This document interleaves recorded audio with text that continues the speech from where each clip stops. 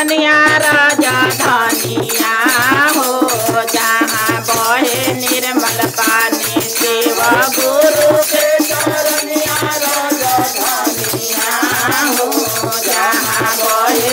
ओ निर्मल पानिया में गंगा बरमा जी नहाइलान ओ निर्मल पानिया में विष्णु जी नहाइला तार गैले सारा साथी मैया हो जहाँ बहे राजा निर्मल पानिया मैया हो जहाँ बहे निर्मल पानी सेवा गुरु के चरनिया राजा दानिया हो जहाँ बहे ओ निर्मल पानिया में विष्णु जी नहाइले ओ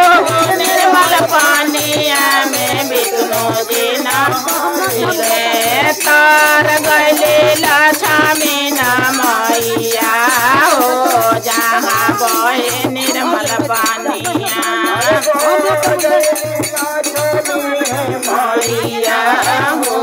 जहाँ बहे निर्मल पानी सेवा गुरु के चरनिया राजा दानिया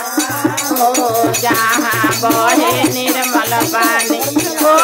निर्मल पानिया में हरंग निर्मल पानिया ओ चरनिया में बहे निर्मल पानी ओ निर्मल पानिया में साहे भयन हाइले ओ निर्मल पानिया में साहे भयन हाइले तार गैले लीला दीदी हो जहाँ बहे निर्मल पानिया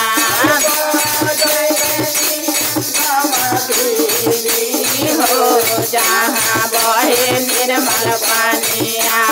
गुरु के चरनिया राजा धानिया हो जहाँ बहे निर्मल पानिया गुरु के चरनिया राजा धानिया हो जहाँ बहे निर्मल पानी ओ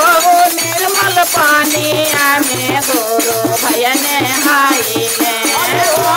निर्मल पानिया में गुरु भयन हाइले तार गैले सभे गुरु बहिना